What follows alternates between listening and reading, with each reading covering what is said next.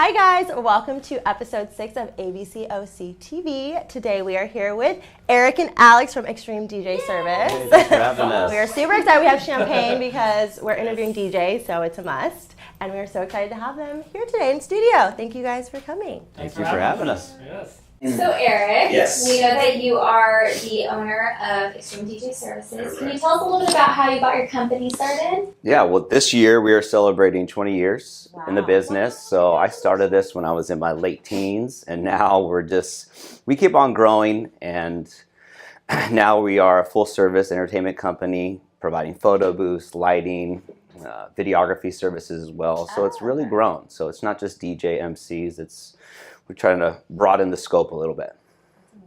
That's amazing. I did videography actually. Did videography. We don't do as much as we would like, but still in the planning or the beginning stages of it. So, Very cool. yeah.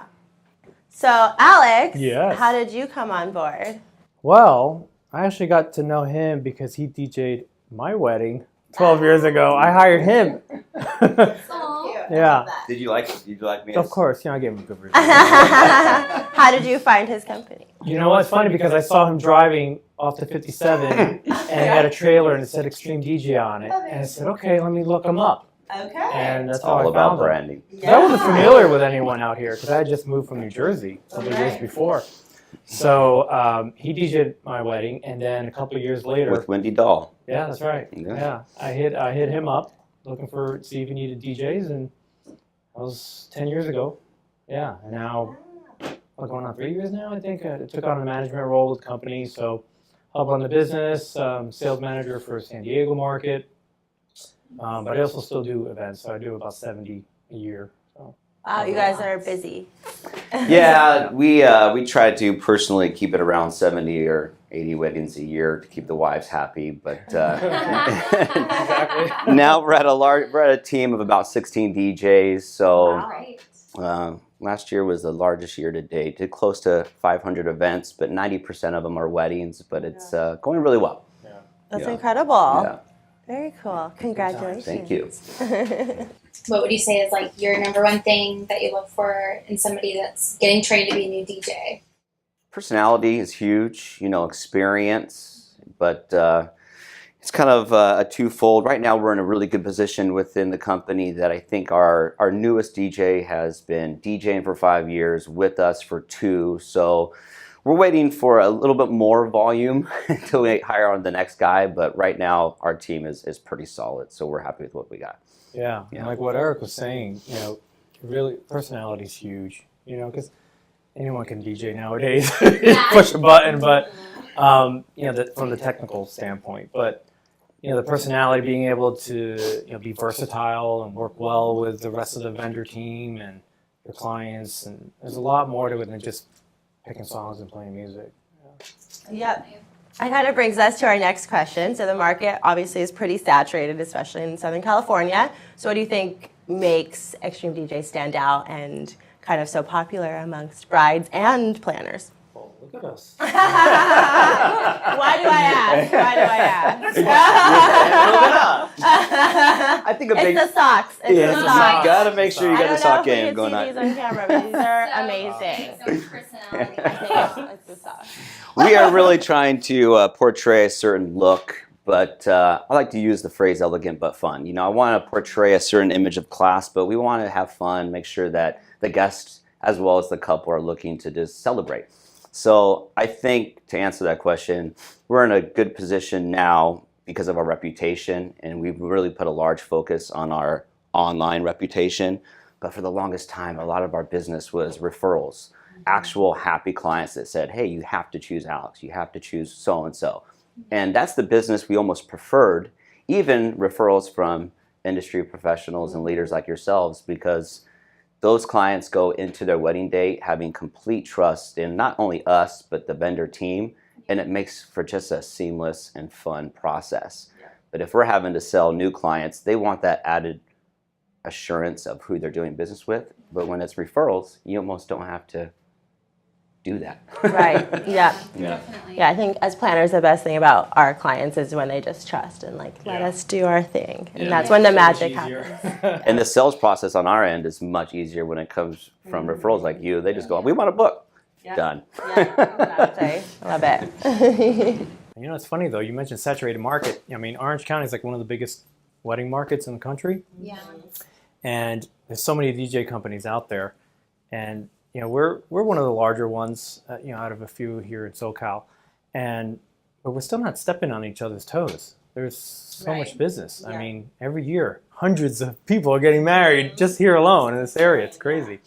Especially being part of ABC and networking and becoming, befriending a lot of people within the industry, not only other vendors, but disc jockey companies. And I think that our relationship with some of our competitors, and I don't even consider them competitors, I consider them friends.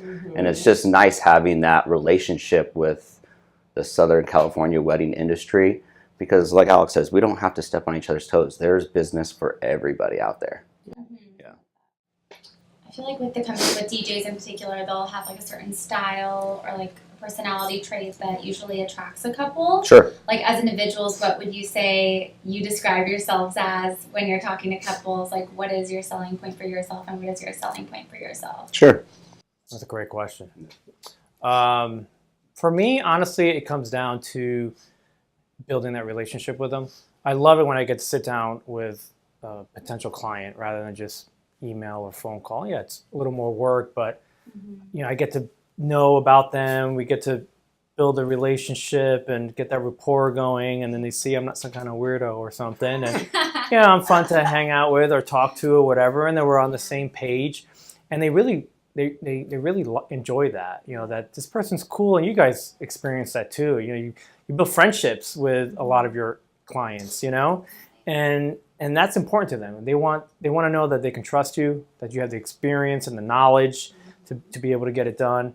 And I think for the most part, I think most clients understand when it comes to the DJs that, nowadays there's so many DJs out there, and a lot of them are great at what they do, the turntables and all that stuff, the technique, but do they have the right personality like we talked about before, And I think that, for me, I think is my selling point.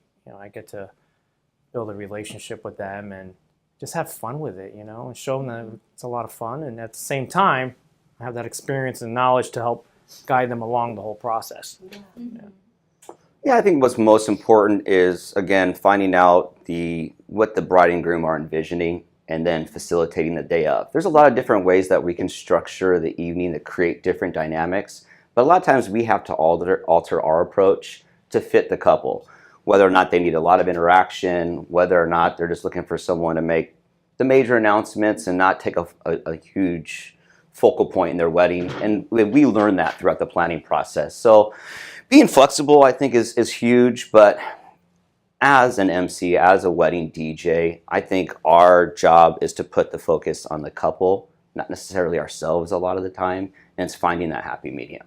And it's conveying that to the couple, because if they want to be the spotlight or if they don't want to be the spotlight, we need to know that.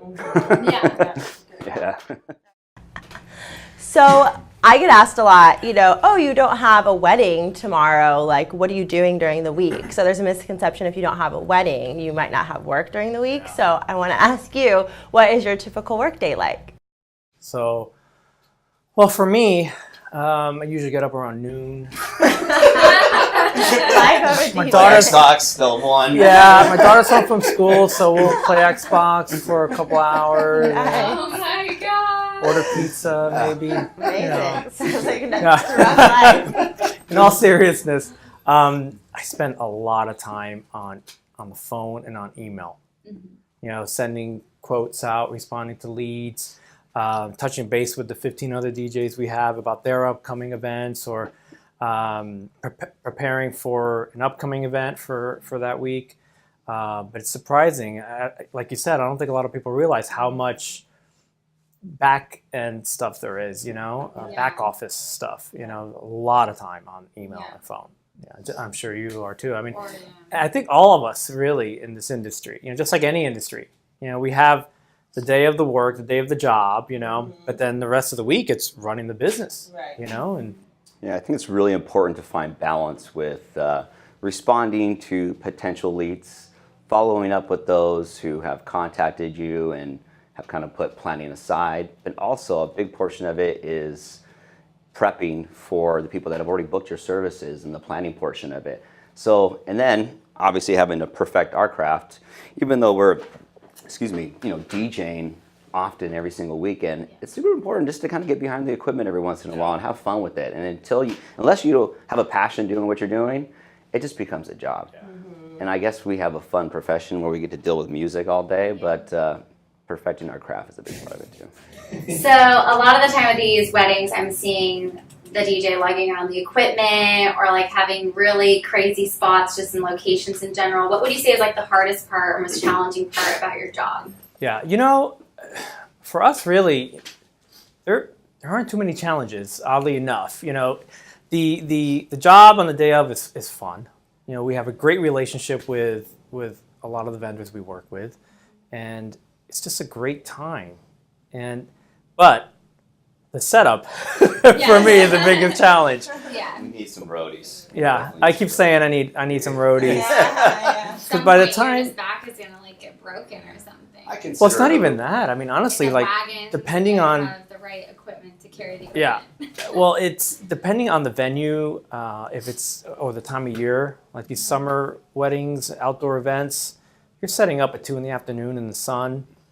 By the time you're done, you're dripping in sweat, and then I gotta suit up after that. Yeah. It's not as glamorous as people The think. stuff that we have to deal with behind the scenes is Yeah. not that glamorous. It's kind of an ongoing joke with me. As soon as we start tearing down and you see the busy bees of ants that just come in there and break down the room, I will always look at one vendor and go, this is like the worst part of the job, but it has to be done. So sometimes you get blessed with getting to work at the same venue back to back. And when we get that opportunity to leave our equipment there, winning. Seriously. Makes a big difference. Okay, you guys, I have a really serious question. Yes. It's like really, really Making me serious. nervous. Uh-oh. Can you teach us how to DJ? 100%. Yeah. 100%. We have potential. What it takes. I need to know what you're listening to in your car right now to answer that question successfully. Just joking. No, I have like a secret dream of becoming a DJ. But in all seriousness, how long does it take to teach someone how to DJ? That's a great question, because if you had asked me this 20 years ago, I'd say it takes a long time. Day after day, practice, But nowadays, with the software that's out there, it is so easy to learn, and there's so many available features and resources and YouTube videos, and it's so much easier to learn. Music's The technique accessibility. anyway, the turntablism, the beat matching, the scratching, all that kind of stuff. It's everything else that takes a long time as well. The emceeing is, when it comes to weddings, and particularly weddings, I'd say emceeing is more important than the music. Absolutely, yeah. I think we tell our clients that too. It's all about personality. Like, you talk to your DJ because this is a person that's kind of handling your event and like the face of your wedding. Sure. So talk to them and see if you kind of. It depends on, if you wanted to be a DJ, we could teach you technique, dynamics, how to count music and structure. But if you want to be a wedding DJ, I think the biggest thing that I've learned over the years is it's being that personality, it's being comfortable on a microphone. And so if I were to give any advice to somebody that wanted to get into this industry, it's learn how to be a DJ. But moreover, take speech classes, public speaking classes. Learn how to get comfortable in front of a crowd, how to present yourself in front of a group, talking on a microphone. DJing, I can teach you how to DJ in a couple weeks, if that, Yeah. Then you have the experience with reading crowds, music, flow, transitioning. That's a huge part of it, and that's going to come with experience. But the ins and outs of just DJing, that's the easy part.